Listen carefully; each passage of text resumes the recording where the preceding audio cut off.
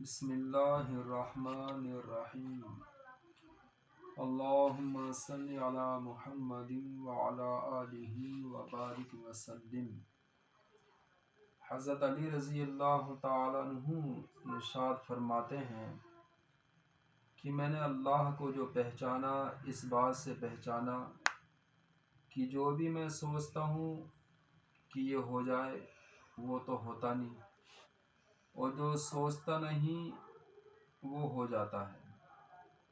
تو اللہ کو پہچاننے کی ایک نشانی حضرت علی رضی اللہ تعالیٰ عنہ نے یہ بیان کی۔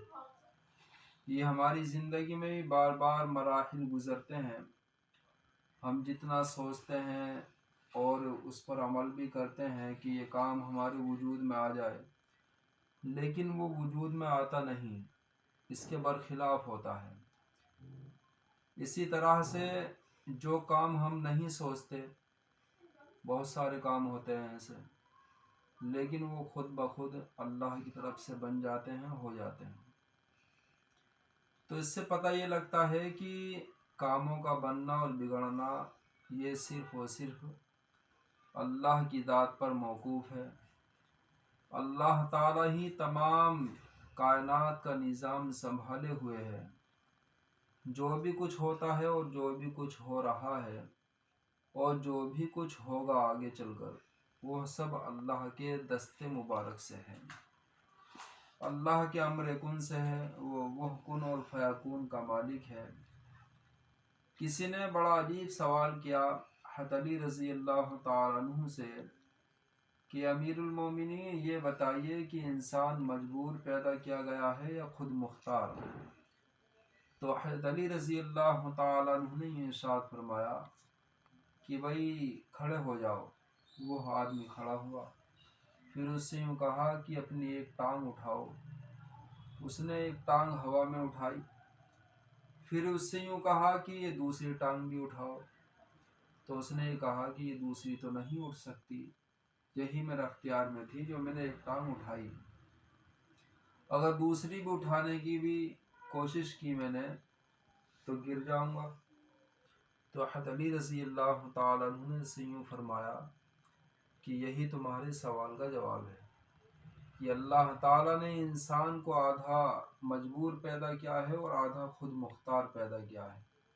بہت سارے کام ایسے ہیں جن کو انسان اپنی اختیاری نیت کے موافق کر گزرتا ہے، لیکن بہت سارے کام ایسے بھی ہوتے ہیں کہ انسان لاکھ چاہ کر بھی ان کو نہیں کر پاتا۔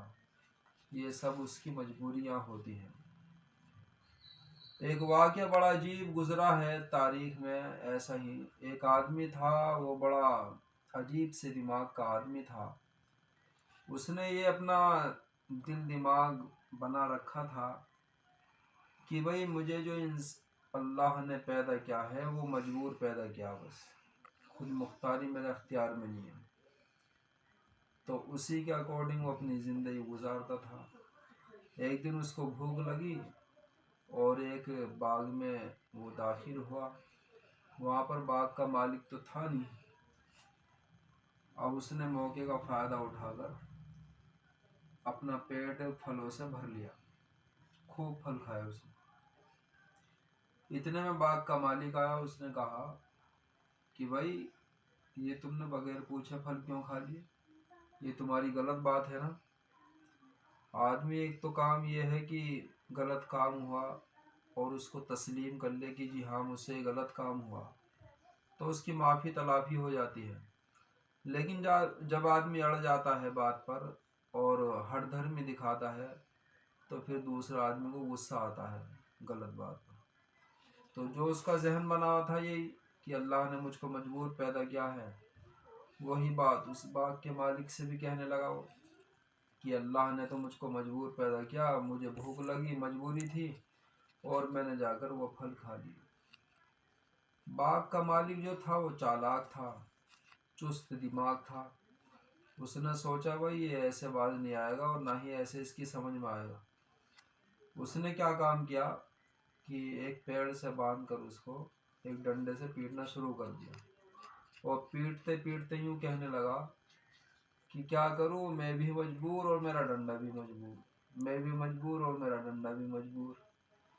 فوراً اس کی عقل میں بات آ گئی اور یوں کہا، نہیں نہیں نہیں صاحب مجھے معاف کر دیجئے، میں مجبور نہیں تھا، خود مختاری بھی تھی، اگر میں نیت کرتا کہ نہ کھاؤں تو نہیں کھا سکتا تھا، لیکن آج آپ نے میرے سوال کا جواب دے دیا اور پوری زندگی لیے توبہ کرتا ہوں، آگے سے میں ایسی غلطیاں نہیں کروں گا۔ تو یہ زندگی میں عجیب عجیب سے واقعات گزرتے ہیں انسان کے، اور انسان ان مراحل سے دوچار بھی ہوتا ہے۔ تو ہمیں یہی اپنا طرز عمل اختیار کرنا چاہیے کہ ہم اپنی زندگی کو کس طرح سے اللہ کی منشا کے موافق گزار سکتے ہیں اور نبی کریم صلی اللہ علیہ وسلم کی سنتوں کو اختیار کر کے اپنی زندگی میں چین سکون حاصل کر سکتے ہیں۔ اگر مومن ہے اس کو ایک کانٹا بھی چبھتا ہے تو اس میں اللہ کے رسول کا جو فرمان آپ نے بشارت دی ہے وہ ذہن میں رکھتا ہے تو اس پر بھی اس کو صبر آتا ہے کہ یہ بھی میرے آخرت میں درجات بڑھنے کا سبب بنے گا، یہ جو میرے کانٹا چبھا۔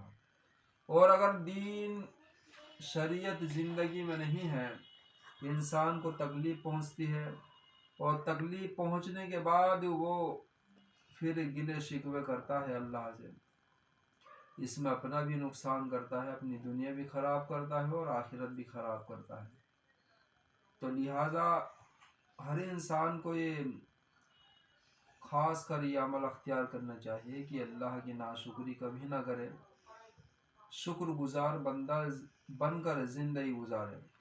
دنیا میں بڑے دکھی لوگ ہیں جنہیں غم اور دکھ اور بیماریاں ستائے ہوئے ہیں، اور اللہ نے ان کی زندگیوں میں دین داخل کر رکھا تو وہ ان کی زبان سے کچھ بھی گلے شکوے نہیں نکلتے۔